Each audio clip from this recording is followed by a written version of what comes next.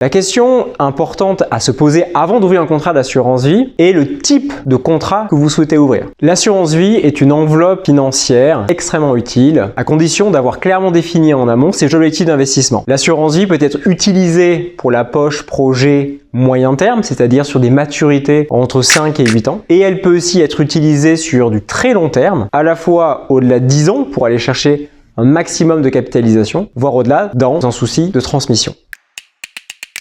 Il existe, même s'ils sont un peu désuets, les contrats monosupport, c'est-à-dire 100% investis en fonds euros. Et je rappelle que la performance du fonds euro en 2023 est entre 2,5% et 3,5%, soit à peine de quoi compenser l'inflation. D'où l'intérêt de viser des contrats multisupports, c'est-à-dire des contrats permettant d'investir dans une unité de compte, en immobilier, en actions, en obligations, en infrastructure et surtout en private equity. Puisque aujourd'hui, les contrats d'assurance vie permettent de s'exposer au private equity, que ce soit via le FCPR, le fonds commun de placement en risque, et de bénéficier d'une forme de liquidité assurée par l'assureur. Et si vous voulez avoir accès à ce qu'on appelle les fonds professionnels du private equity, qui ne sont malheureusement pas éligibles au contrat d'assurance vie français, il vous faudra alors ouvrir un contrat d'assurance vie luxembourgeois, comme vous pouvez le faire notamment avec Sapiens.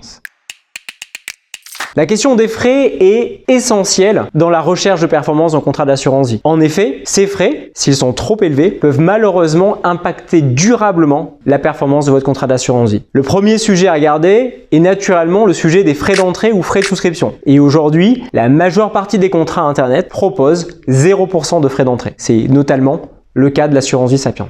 La deuxième structure de frais est celle de la commission de gestion liée au contrat d'assurance vie. Cette commission peut être entre 0,5 et 1% par an. Je précise qu'elle est annuelle puisque 0,5% de différence sur un contrat d'assurance vie de 10 ans fera une différence de 5%. C'est donc très important d'analyser cette structure de frais. Les frais d'arbitrage permettent à l'assureur de se rémunérer lorsque vous décidez d'arbitrer votre portefeuille. Aujourd'hui chez Sapiens, il n'y a aucun frais d'arbitrage, permettant ainsi une vraie agilité dans la gestion de votre contrat d'assurance vie sans aucun frais supplémentaire. Et enfin, selon que vous soyez en gestion libre ou en gestion sous mandat, dans le cadre d'une gestion sous mandat, il y aura une structure de frais supplémentaire. C'est la raison pour laquelle chez Sapiens, nous avons fait le choix de vous fournir des allocations type en assurance vie de manière à être en gestion libre et de s'éviter ces frais de gestion sous mandat qui peuvent être de 0,5 à 1% supplémentaire en plus de la commission de gestion relative au contrat. Vous l'avez donc compris, cette analyse des frais est essentielle. Vous pourrez télécharger sur Sapiens le guide des frais qui vous détaillera l'ensemble des frais relatifs à un contrat d'assurance vie,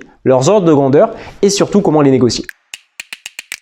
L'assurance vie est également un outil d'investissement régulier sur long terme. En effet, vous pouvez mettre en place des versements programmés mensuels de quelques centaines à quelques milliers d'euros par mois. Pour déterminer ce montant, vous pouvez directement sur Sapiens, gratuitement et sans engagement, utiliser notre outil de synthèse patrimoniale qui vous permettra de calculer votre capacité d'épargne mensuelle. Et vous pourrez ainsi, premièrement, lisser votre entrée sur le marché, c'est-à-dire moyenner votre prix moyen et investir dans des phases de hausse ou de baisse des marchés financiers. Et deuxièmement, vous allez vous habituer naturellement à économiser tous les mois ce versement programmé et constituer un capital au travers de ces versements programmés. Soyez donc vigilants d'analyser les conditions du contrat d'assurance vie en termes de fréquence et de montant minimum de ce versement programmé.